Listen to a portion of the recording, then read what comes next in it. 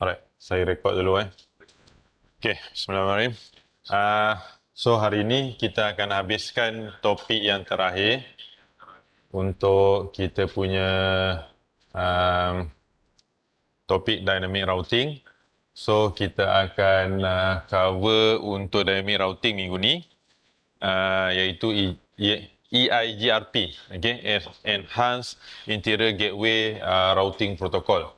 Okay, dia hampir sama dengan RIP dan boleh dikatakan kalau kita tengok nanti dia nak sama macam OSPF pun ada juga. Cuma dia ada perbezaan sikit lah antara EIGRP dan OSPF. Okay, so macam yang kita cover untuk OSPF sebelum ni, EIGRP pun kita akan cover more on apa tu EIGRP, basic on EIGRP, karakteristik sikit, and macam mana kita nak buat configuration on EIGRP. Bising pula lah benda ni. Okay, so untuk GRP ni dia ada sama juga macam OSPF, dia ada 3 slide. Okay, kalau ikutkan dia ada 5 slide lah, 5 slide. So 2 slide yang terakhir tu adalah untuk IPv6 dan juga untuk troubleshooting. Okay, so macam saya cakap kat awak sebelum ni, untuk IPv6 kita akan skip, okay, kita akan buat IPv4 sahaja. Dan untuk troubleshooting kita akan buat bila kita buat lab minggu depan. Okay, so lab minggu depan kita akan cover OSPF dan EIGRP termasuk static dan RIP. Okay, so saya akan bagi worksheet ke awak. Akan ada 2 worksheet untuk dibuat. Satu worksheet tu akan cover static dan RIP. Satu lagi worksheet akan cover EIGRP dan OSPF. Okay, dan minggu depan juga kita akan tengok macam mana kita nak nak communicate, okay, antara EIGRP dan OSPF menggunakan redistribute routing protocol. Okay, so saya share dulu.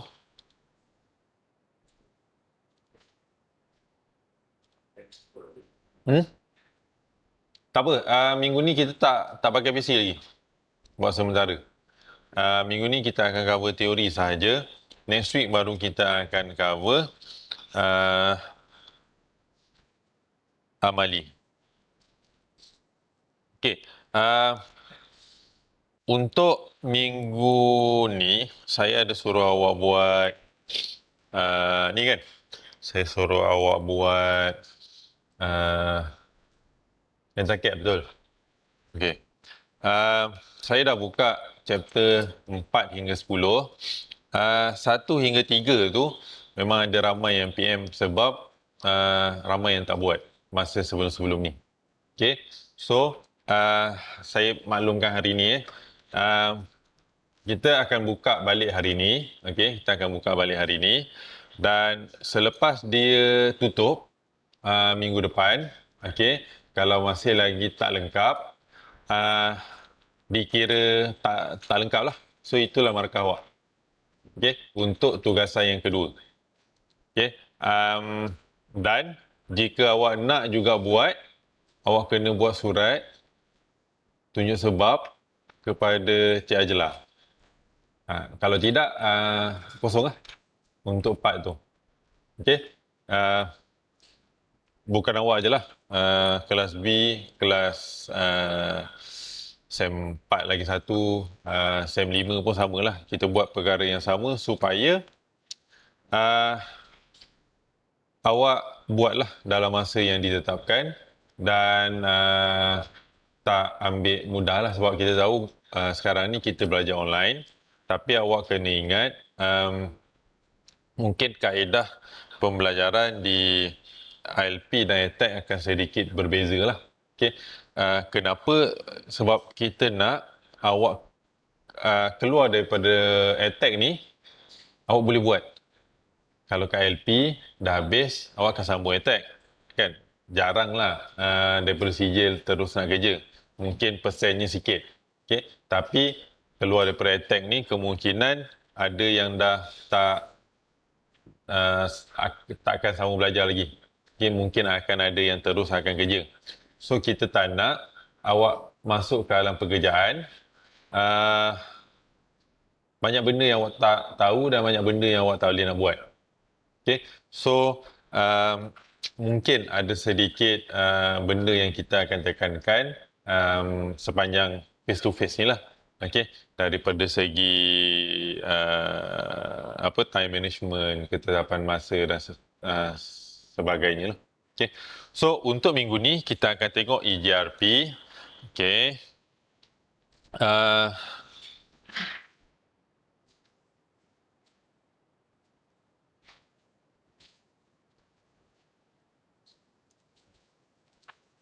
okay.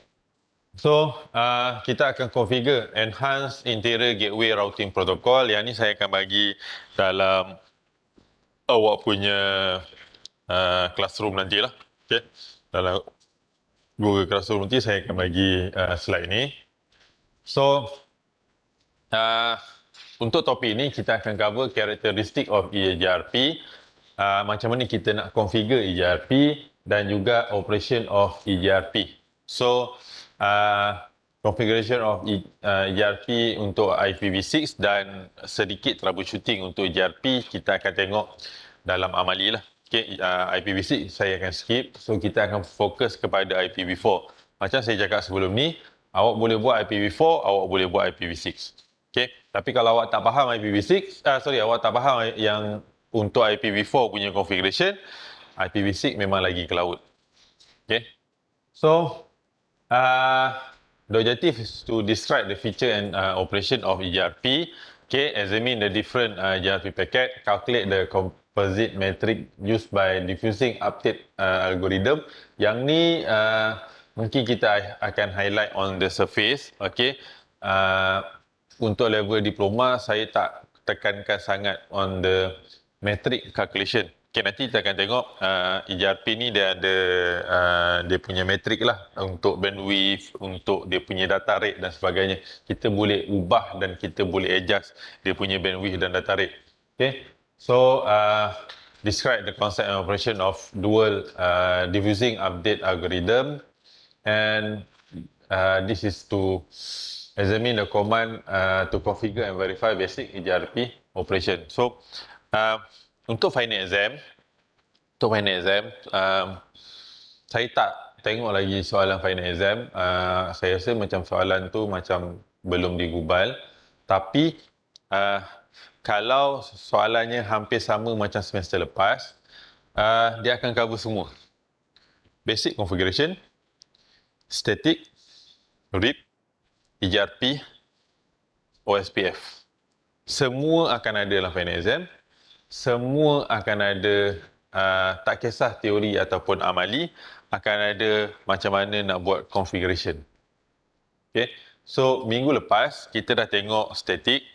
Okay. Kita dah tengok RIP. Kita dah tengok OSPF. So, minggu ni kita akan tengok EJRP. So, keempat-empat ni memang akan ada.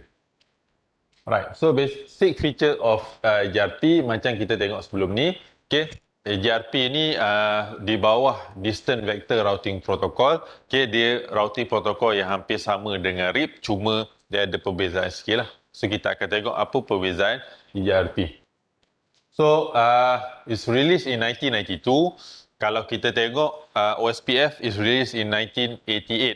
So, ni 1992 dia selepas OSPF lah. Sebab tu kita belajar OSPF dulu baru kita masuk EJRP. Tapi sebenarnya saya lebih suka cover EJRP dulu berbanding OSPF. Tapi dah dalam dia punya chapternya macam tu, so kita follow je lah. Okay. So, 2013 basic functionality of EJRP released as an open standard. So, tahun 2013 bila kita dah ada masuk dengan IPv6 dan sebagainya. So, tahun 2013 juga EJRP ni dah dirilis kepada open standard. Apa maksud tahun 1992 ni dengan tahun 2013 ni? Tahun 1992 ni EJRP ni hanya Cisco produk sahaja yang pakai. Okay. Selepas daripada tu tahun 2013, okay, dia punya routing protokol ni dah diperluaskan kepada device-device yang lain. yang pakai Huawei ke apa benda ke. So dia punya concept of the routing protocol dah di-standardize kan. Okay. RIP boleh, OSPF boleh, EGRP pun boleh untuk all those device. Okay. So it's an advanced distant vector routing protocol. So bila kita balik kepada apa tu distant vector routing protocol, so dia akan cover on the distance between the routing device and also the vector. Vector tu arah lah. Kan?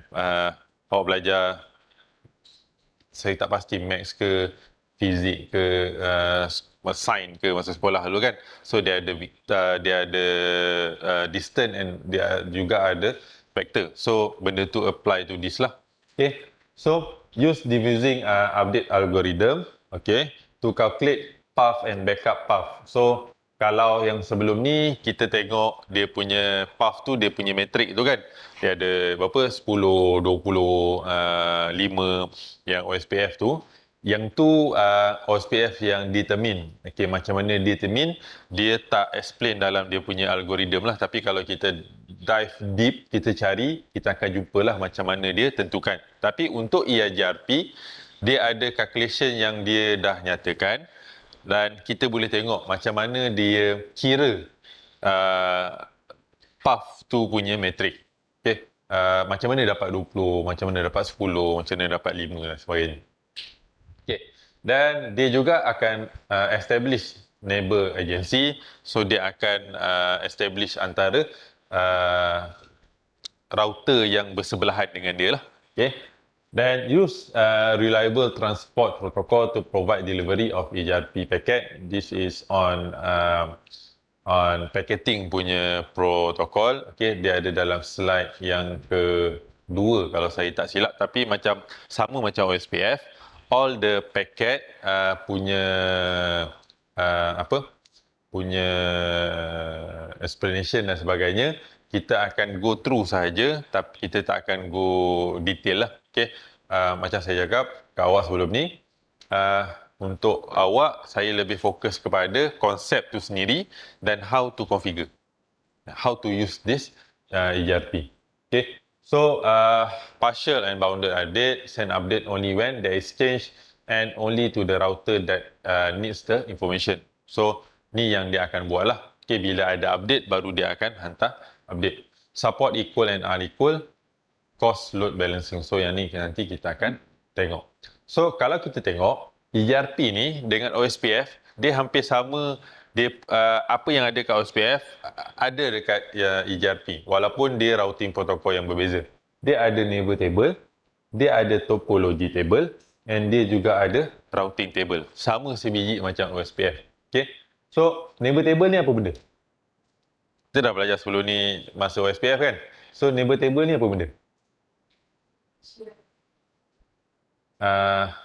Table yang listkan router yang bersebelahan dengan dia lah. Okay. Jiran dia lah. Okay.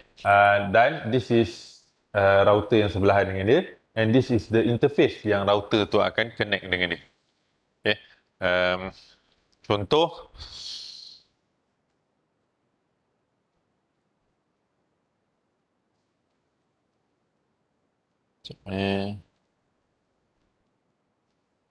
switch ni.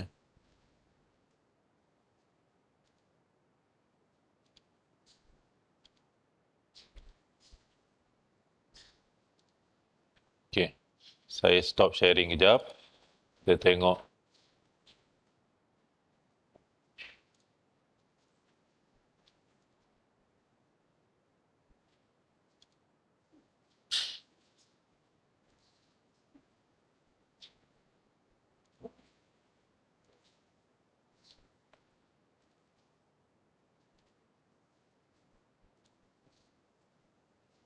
Okay.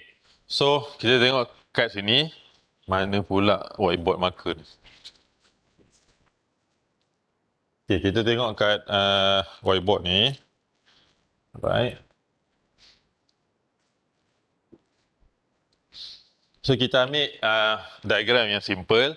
Katakan kita ada 3 router. Okay. Kita ada 3 router. And katakan router ni sambung guna gigabit Ethernet lah. Okay, gigabit Ethernet. This is, let's say, router 1, router 2, and router 3. Okay, so katakan this is port gigabit Ethernet 0/0. This also 0/0. This is 0/1. And katakan this is, nak bagi dia sama kan, 0/1 juga katakan. Okay, so let's say kita ada 1, 2, 3. So kita tengok router R1. Okay, router R1, dia punya neighbor table dia. Okay, dia punya neighbor table dia. So dia akan ada router R2, next hop kan, router R2. So dia punya interface adalah G00 yang pergi ke router R2. Dan untuk router R3, so next hop router R3, so dia punya interface yang bersambung dengan router R3 adalah G01. So this is the R1 punya neighbor table. So yang ni yang ada dalam router R1 punya table. Kita panggil neighbor table. Alright. Dan kita tengok next is topology table. So apa yang ada dalam topology table? Okay. Dan juga routing table. So saya share balik.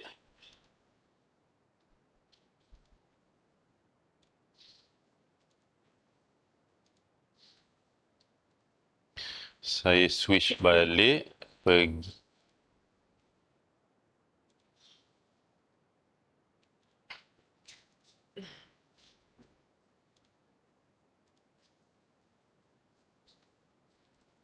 Okay.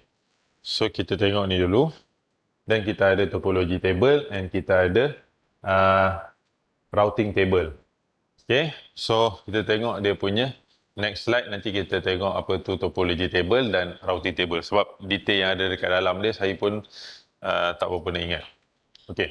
So this is what dia punya transport protocol yang akan kita nampak lah bila EGRP ni beroperasi, berfungsi. So daripada application, transport, internet protocol, network access dan sebagainya. Okay, so dia duduk kat sini. Okay, so kita tengok the basic feature of EGRP, part authentication. EGRP can be configured to authenticate routing information, ensure router only accept update from router that has been configured with the correct authentication information. So dia boleh dikonfigure hanya menerima routing information daripada router yang listed pada dia je, walaupun dia adalah sambungan dia, kalau secara fizikalnya kita tengok sambungan dia is the neighbor of the router, tapi kalau dia tak dikonfigure untuk authenticate the routing information from the neighbor router, dia tak akan accept any update from that router. Okay, so kita boleh configure lah whether dia nak terima ataupun tak daripada dia punya neighbor router lah, menggunakan authentication punya configuration. Okay, so kalau kita tak configure secara defaultnya, kalau tak ada authentication punya configuration ni, secara defaultnya dia akan receive lah update tu. Tapi once kita configure, dia hanya akan terima update from the router that is configured with the authentication. Okay, type of EGRP packet. Sebelum ni kita tengok OSPF, dia ada hello packet. So sama juga, dia ada hello packet. Okay, used to discover ada EGRP router in the network. So dia akan send hello packet kepada semua interface yang bersambung dengan dia to discover ada tak router yang configure dengan EGRP punya protokol. mungkin ada router dalam tu, tapi mungkin dia tak dikonfigure oleh ERP punya routing protokol. Mungkin dia dikonfigure dengan static ke, ataupun mungkin dia dikonfigure dengan OSPF dan sebagainya. So Hello Packet ni yang akan digunakan untuk di broadcast ke dalam network untuk dia discover ada tak router-router yang lain yang ada dalam network yang menggunakan ERP punya routing protocol. Dan kalau OSPF dia ada apa kita panggil DSD, database tu kan, database descriptor kan, untuk dia tengok dia punya topology table, okay, between the router. Tapi untuk ERP dia akan send acknowledgement. Acknowledgement is to acknowledge the receipt of any ERP packet. So maksudnya bila kita dah send hello packet tu, router yang menggunakan ERP punya protokol akan send balik acknowledgement kepada that router, memberitahu yang dia terima hello packet tu dan mengesahkan bahawa dia juga menggunakan ERP punya protokol. So bila dia kita kembali kat sini lah, senang sikit nak tengok. Saya stop sharing, tukar background kejap.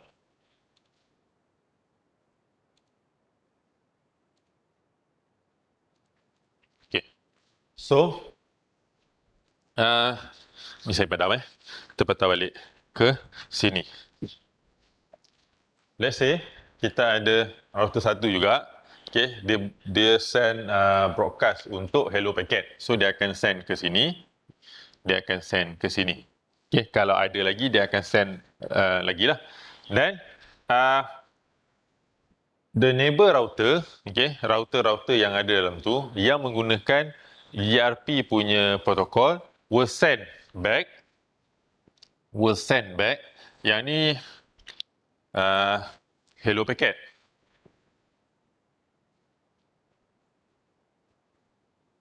Hello packet. Okay, so dia akan send balik acknowledgement kepada router satu balik yang mengatakan bahawa dia dah receive, okay, dia dah receive ERP packet daripada router satu. So once dia dah receive ERP packet daripada router satu, okay, router satu akan send update packet to the known destination. Maksudnya sekarang ni router satu baru send hello packet. So router satu receive, okay, router satu receive acknowledgement daripada router 2 dan router 3. Okay. So bila dia dah receive acknowledgement, dia dah tahu yang router 2 dan router 3 juga adalah menggunakan ERP punya routing protokol. So router 1 akan send update packet kepada router 2 dan router 3 untuk update, okay, update routing information to known destination. Which is the known destination? R2 dan R3 lah. Sebab bila dia dah acknowledge, dia dah tahu router R2 dan R3 ni menggunakan ERP punya routing protokol. So dia akan send update packet kepada router R2 dan router R3 untuk update apa sahaja routing information yang ada dekat dia pergi ke router R2 dan router R3. Next, so use to request specific information from a neighbor router. Kemudian dia akan hantar query. Query ni untuk R1 akan hantar query kepada router R2 dan router R3 untuk tanya router R2 dan R3 ada tak apa-apa information daripada router R2 dan R3 yang dia boleh update kepada router R1 ni. Okay, so router R2 dan R3 akan reply, okay, akan reply to that query and it will update the information on router R1. So yang tu adalah packet type yang ada dalam ERP.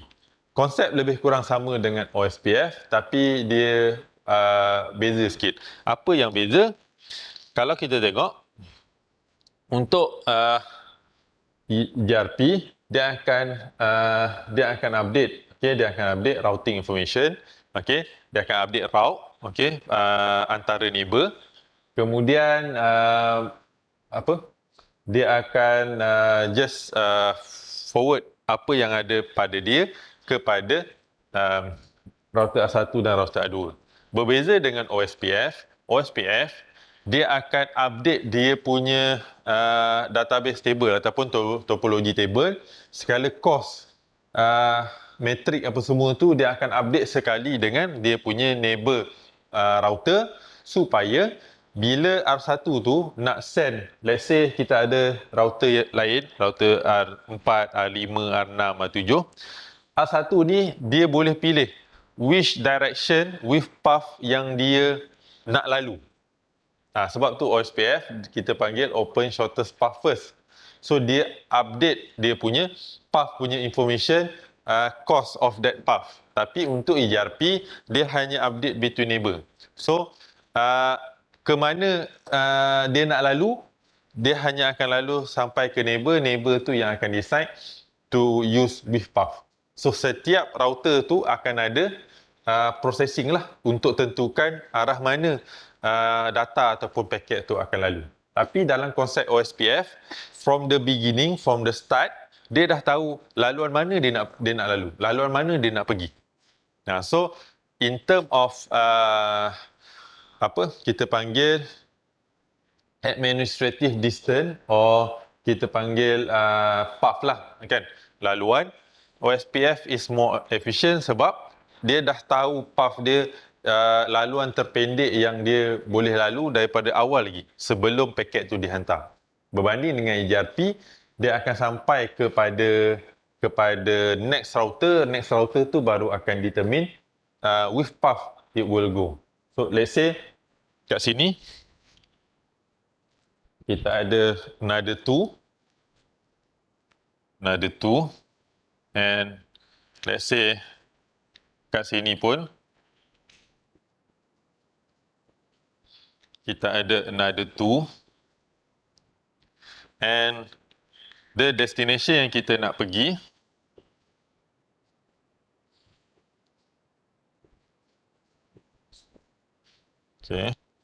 katakan kat sini pun ada laluan, from ni sini pun boleh sambung, katakanlah. So let's say daripada A1 ni dia nak pergi ke router ni katakan, dia nak pergi daripada A1 ni pergi ke R10. So untuk OSPF dia dah tahu daripada A1 ni which is the shortest path to go to R10. Tapi untuk ERP, dia akan bergantung kepada dia punya neighbor router yang akan forward the packet to which router yang this router know mana satu laluan yang pendek. Tapi dia tak tahu. So dia akan bergantung kepada all the next router lah. Untuk ERP. So tu dia dipanggil distant vector routing protocol. Dia hanya tahu dia punya distance between the neighbor and also the path, laluan mana yang dia nak pergi to that neighbor. Berbanding dengan OSPF. Right.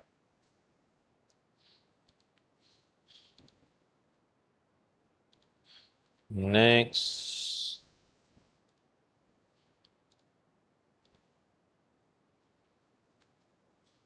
Alright. So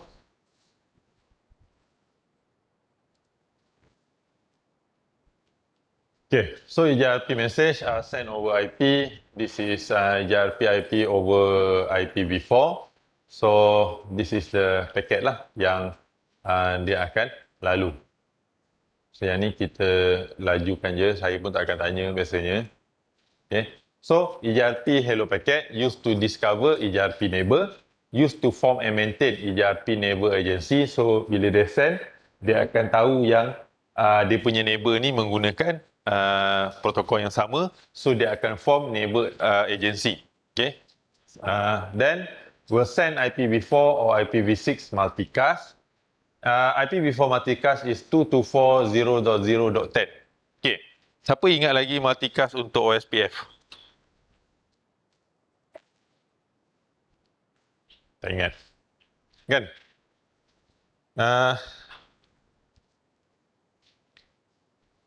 OSPF is using 224.0.0.5.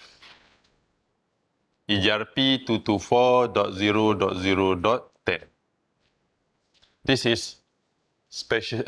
This is special multicast for ERP, EIGRP. This is for OSPF. Satu lagi routing protocol, RIP version 2.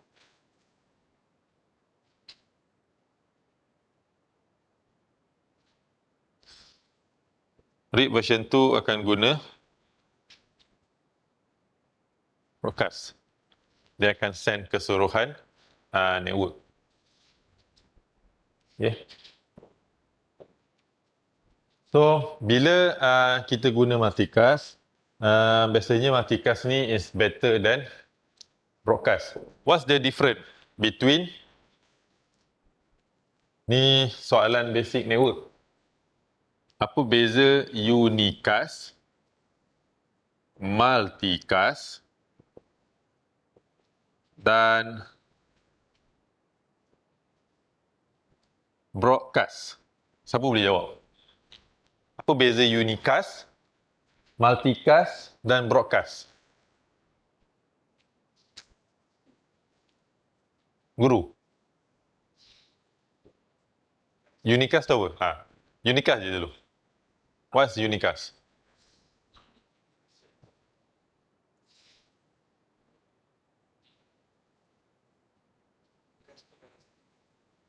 Itu Anycast. Itu yang awak cast kat TV tu. Unicast. Unicast tu satu hala. Bolehlah. Dia hanya pada satu destination. That is unicast. One. Uni stand for one. So, dia hanya boleh cast, dia boleh hantar ke satu destination pada satu-satu masa. That is unicast. Berbeza dengan multicast, multicast can send to different location, different receiver at a time. So, sekali dia hantar paket tu, dia akan hantar kepada beberapa. Tapi bukan semua. Okay? Dia akan hantar ke beberapa destination yang ada dalam network. That is multicast. Broadcast, dia akan hantar ke semua. Once kita sebut broadcast, it will send to all. Okay, semua device yang ada dalam rangkaian akan terima. Okay, sebab tu datangnya word broadcasting, kan? Biasanya stesen TV, radio semua kita sebut broadcasting, kan? Dia akan hantar signal tu ke semua device ataupun pengguna yang menggunakan laluan talian yang sama lah. Okay, so that is broadcast. Okay, so unreliable delivery, sebab bila kita send, so it will send every 5 second, every 60 second on low speed. ERP use a default hold timer of 3 times the hello interval before declaring enable unreachable. So dia akan send selagi tak ada recipient respon, dia akan cuba send lagi lah ke laluan tu sehingga dia dapat respon daripada device yang ada ataupun neighbor yang ada bersebelahan dengan dia. Sebab tu kita perlu passive interface. Sebab apa? Sebab dia sendiri tak tahu sama ada yang bersambung dengan dia tu adalah router ataupun tidak. Kan? Dia sendiri tak tahu yang bersambung dengan dia tu adalah router ataupun tidak. Dia hanya akan tahu bila dia send hello packet tu, dan hello packet tu diterima oleh the neighbor, and the neighbor will send acknowledgement packet. Baru dia tahu yang kat sebelah tu ada router. Once dia dah receive, dia dah takkan send back the hello packet lah. Tapi bila dia tak receive acknowledgement packet, dia akan resend the hello packet every 60 second or 5 second. Tengok pada kita punya setting lah. Okay. So, apa yang terjadi jika yang laluan tu bukan router, dia adalah network yang ada sambungan rangkaian yang ada dekat belakang. So, all the device will receive the signal, the packet every 5 second or every 60 second. Dia akan flood network tu lah. So, sebab tu, bila kita buat configuration, ada part yang kita panggil passive interface. So, passive interface tu, router tahu yang interface ni bukan routing device. So, dia adalah mungkin rangkaian yang ada dekat belakang ataupun kita panggil stub network yang ada dekat belakang. So, dia tak akan send the hello packet to the passive interface. Kalau soalan tanya, what is the use of declaring passive interface? Apa kegunaan kita declare passive interface dalam bila kita buat routing protokol? So, jawapan dia itulah. Kita tak nak router send discovery packet ataupun hello packet ke interface yang tidak mempunyai router yang bersambung dengan dia supaya dia tak memenuhkan bandwidth pada rangkaian tersebut lah. So, this is the hello packet, samalah macam kita draw tadi kan. So, dia akan send hello packet. So, bila all the router receive dan dia akan update lah. EJRP akan update and send acknowledgement. Okay. Update packet are send propagate routing information, send partial update, send bounded updates. And also update use reliability, therefore require an acknowledgement. So dia akan send update and dia akan hantar acknowledgement. Okay. So this is query used when searching for network. Query use reliable delivery which can be multicast or anycast. So dia boleh hantar ke single router ataupun dia boleh hantar ke multiple router untuk dia query. Alright, so this is the first slide. Macam saya cakap, EJRP ni ada 3 slide. First is more on theory on introduction. Second will be on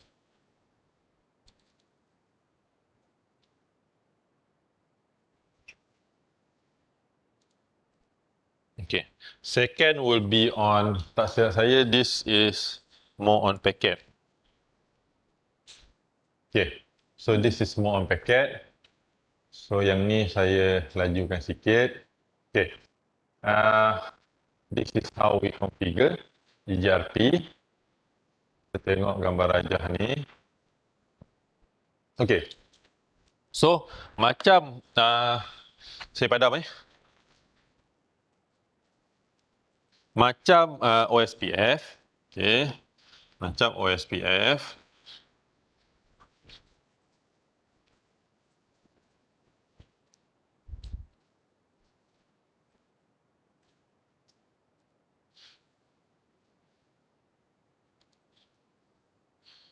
Okay.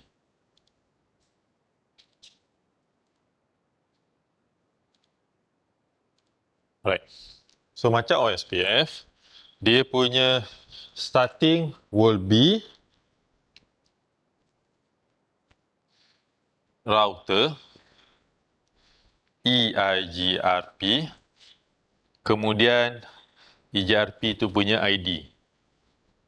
Either 1 ke 10 ke, tak kisah. Okay, macam OSPF sebelum ni, router OSPF 10 or 1 ke apa kan. So, tak kisah.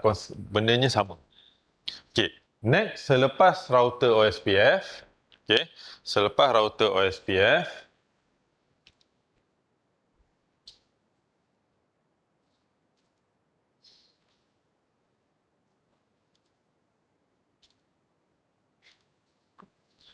saya terpaksa stop sharing sebab awak nampak tapi nak masuk kat dalam channel supaya awak boleh refer balik, saya kena on off kamera. supaya apa yang saya tulis kat whiteboard ni nampak. Last week punya OSPF, apa yang saya tulis kat whiteboard, saya lupa nak rakam. So, apa yang ada kat whiteboard tu memang tak nampak lah. Alright. So, router EJRP, autonomous system, command enable the EJRP process. The autonomous system number is only significant to the EJRP routing domain. So, EJRP autonomous system is not assigned with the INA or globally assigned to used by external routing protocol. So, dia hanya guna untuk EJRP lah. Macam OSPF, router tu guna router OSPF 10. Let's say this one router OSPF 10. Yang ni pun kena router OSPF 10. Okay. Kalau yang ni guna router OSPF 1, yang ni guna router OSPF 10, kemungkinan besar dia tak boleh communicate walaupun routing protokol yang sama. Okay. Sama juga dengan EJRP. EJRP, this is using router EJRP 1. This one is using router EJRP router EJRP 10. So dia juga tak boleh nak berkomunikate. Sekejap.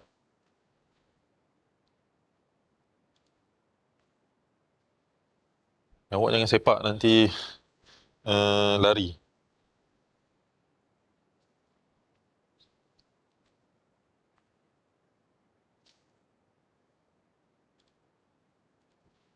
Alright.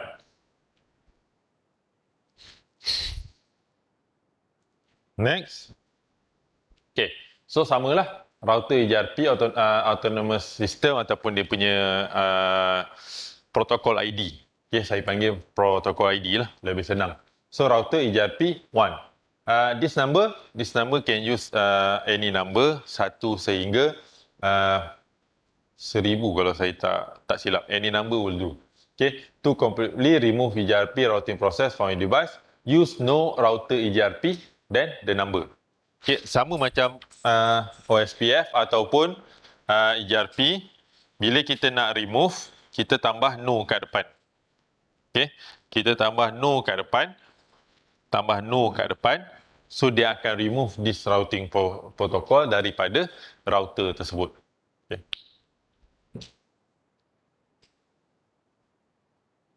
Alright. This is the EJRP router RD used in both EJRP and OSPF routing protocol. Router ID role is more significant in OSPF. So, saya jarang guna router ID ni, so kita skip je dulu. Okay, so this is the configuration of network command. Okay, stop sharing, kita tengok kat whiteboard. Alright, saya padam. Ni padam dulu. Ni padam dulu. Padam dulu.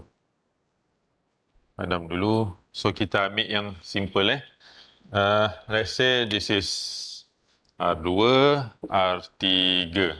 So macam mana kita nak tulis configuration?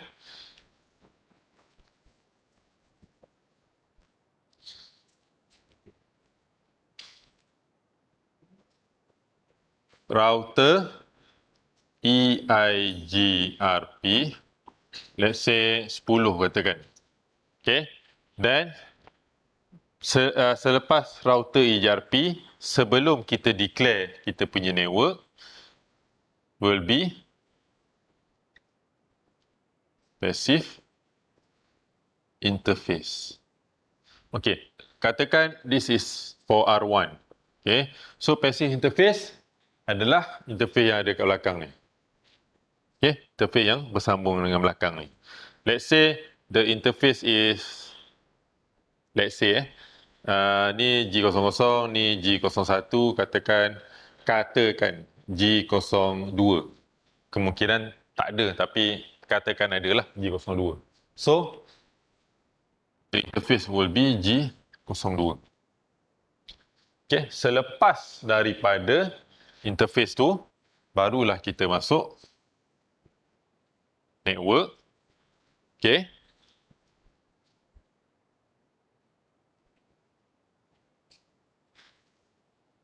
Dia sama macam OSPF sama macam RIP.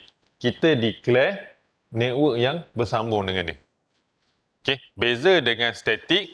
Okey, untuk static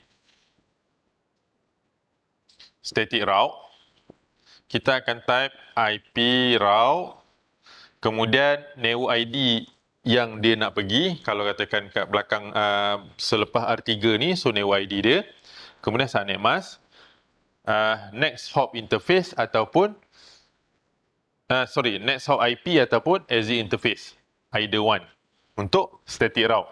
Tapi untuk dynamic routing, tak kisahlah RIP ke, EIGRP ke, OSPF ke, okay, kita akan declare network, okay, kemudian dia punya network ID, network yang bersambung dengan dia. Okay, untuk untuk OSPF, kita declare network ID and also dia punya wildcard mask, dia punya 0.0.0.255 apa benda tu kan, wildcard mask. Kemudian ada area kosong lah biasanya untuk OSPF. Tapi untuk EGRP, kita ada dua option. Kita boleh declare network terus network ID tanpa wildcard mask, ataupun network ID dengan wildcard mask. Bila kita declare wildcard mask tu, biasanya kita akan terus declare, kita tengok yang sebelah ni.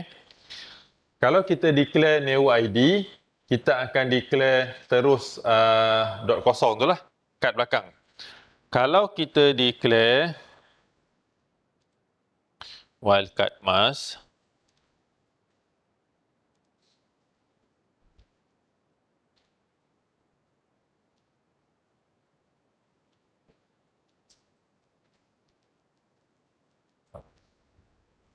okay, include the enable route interface subnet 17.16.0.0 192.168.10.0. So kita akan declare dia punya network ID. EGRP log neighbor, okay ni. The network command and wildcard mask to configure EGRP to advertise specific subnet only, kita akan guna wildcard mask. Kalau kita nak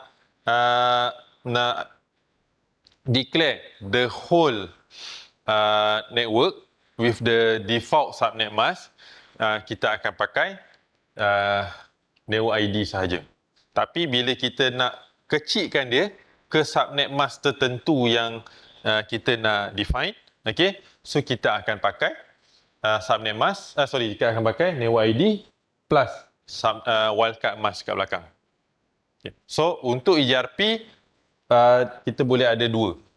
Okay, either network ID sahaja ataupun network ID dengan wildcard mask. So untuk EGRP kita boleh network, kemudian kita ada network ID, wildcard mask. Ni untuk RIP, dia hanya network kemudian network ID. Untuk EIGRP, network ID ataupun network ID and wildcard mask. Untuk OSPF, network ID, wildcard mask dan area kosong. Ini untuk OSPF. So kita ada 1, 2, 3, 4 routing protokol yang kita boleh guna untuk kita buat routing. Okay.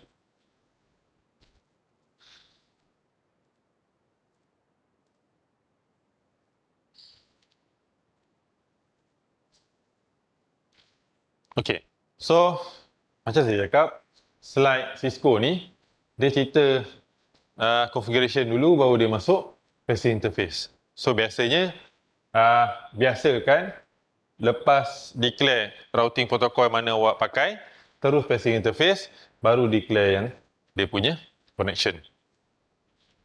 Okay, baru declare dia punya connection. Paling simple, nak mudah ingat, untuk static, okay, untuk static, routing dia adalah ke mana destination kita nak pergi. Kita akan declare dekat static. Kalau untuk dynamic, dia punya routing dia adalah apa yang connect dengan dia. Dia punya connection. Apa yang bersambung dengan dia, kita declare. Itu paling mudah kita nak ingat lah. Okay.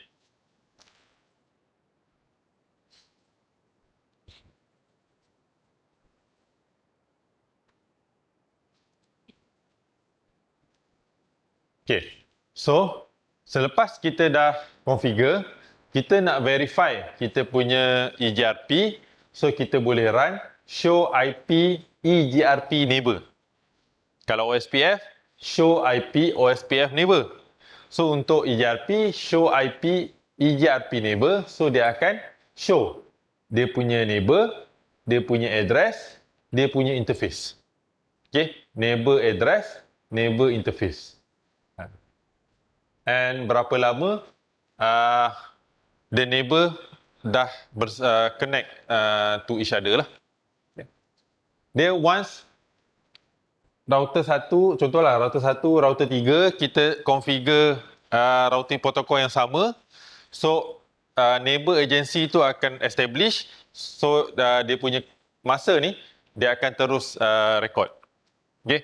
Kalau kita buang, no router EGRP berapa tu, so salah satu akan down. So, neighbor agency tu akan terputus lah. So, dia dah tak ada sambungan.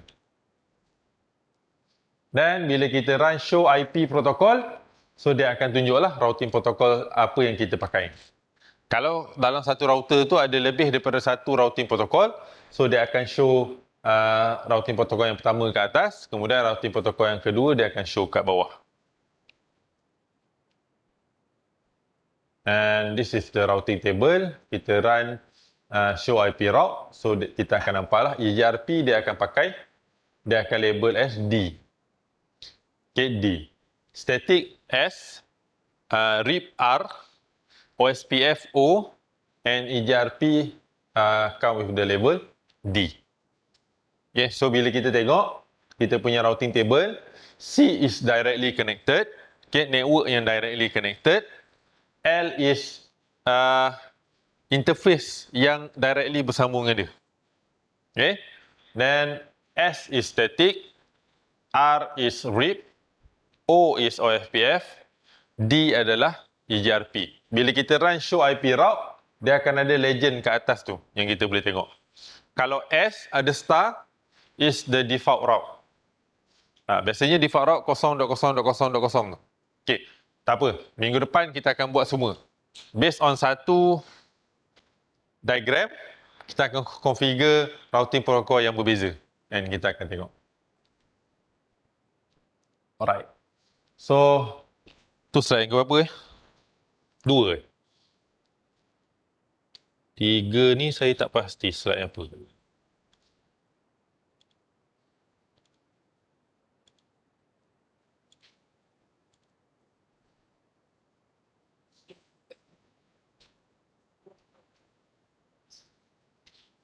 Okey, dalam EGRP, dia ada apa yang kita panggil metrik. Okey, apa yang kita panggil metrik. Tapi, metrik ni saya skip dulu sebab saya nak awak faham dulu ke semua routing protokol, baru kita akan masuk metrik. So, metrik ni kita akan pakai masa kita buat redistribute. Maksudnya, yang ni pakai OSPF, yang ni pakai EGRP. So, macam mana kita nak connect kedua-dua OSPF dan EGRP ni, so kita perlukan metrik ni nanti. Okay. So buat sementara, saya hold dulu matrik ni. Saya tak nak awak jadi span. Absorb je semua. Nanti besok ataupun kejap lagi pergi atrium, pergi kafe, hilang semua. So saya tak nak benda tu. Kita pergi yang basic je dulu. Apa perbezaan statik, RIP, EJRP dan OSPF, macam mana nak configure, apa basic yang awak perlu tahu, perbezaan antara statik, dynamic, tu je dulu. Okay? Benda-benda yang ada calculation apa semua ni, kita akan masuk masa kita buat lab dulu.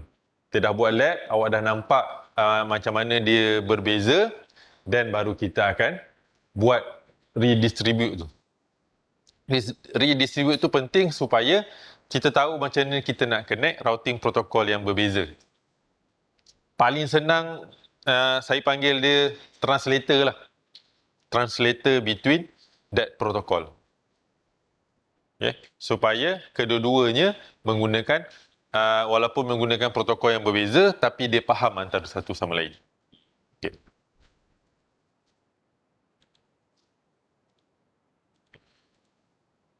Alright. So untuk EJRP, saya stop dulu kat sini. Okay, saya stop dulu kat sini. Kelas awak ke kelas yang satu lagi yang dah hantar tugasan satu?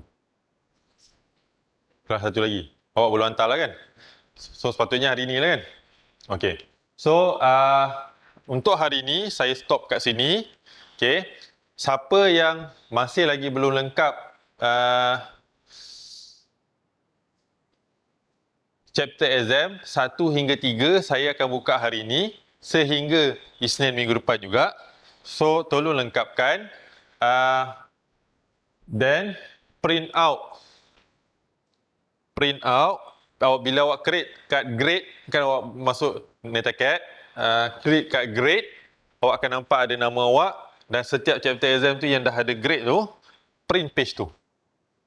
Tak payah nak print screen, tampal kat Word ke apa, tak payah. Print that page. Saya dah bagi muka depan kan? Untuk tugasan yang kedua. Stapler dengan muka depan tugasan yang kedua tu, pastikan tulis nama awak, nombor kad pengenalan, nombor NDP, kumpulkan, hantar minggu depan. Masa kelas. Masa amali tu lah. Masa amali minggu depan. Okay. So untuk tugasan satu hantar minggu ni. Ya. Bahagian tarikh kosongkan. Saya lupa nak cakap. Bahagian tarikh kosongkan. Di hujung semester nanti kita akan selaraskan tarikh. Saya biasanya memang saya akan buat macam tu. Bahagian tarikh pada penilaian tu kosongkan. Di hujung semester saya akan tulis kat depan apa tarikh untuk setiap tugasan, setiap penilaian tu, dan kita akan selaraskan satu kelas semua tarikh yang sama. Tak ada Dinesh hari lain, guru hari lain, Syarul Nizam hari lain, Abdul Rahman hari tarikh lain. So itulah. Boleh? Okay, alright. So, awak nak stay kat sini, boleh, tak ada masalah. Nak pergi sarapan pun boleh, tak ada masalah. Kita dah stop kat sini. So, chapter 1 hingga 3, kejap lagi saya buka. Tugasan 1, okey kelas awak siapa? Guru kan? Nanti guru kumpulkan, hantar kat office. Okay, itu saja. Right, so saya stop dulu sharing and stop dulu recording.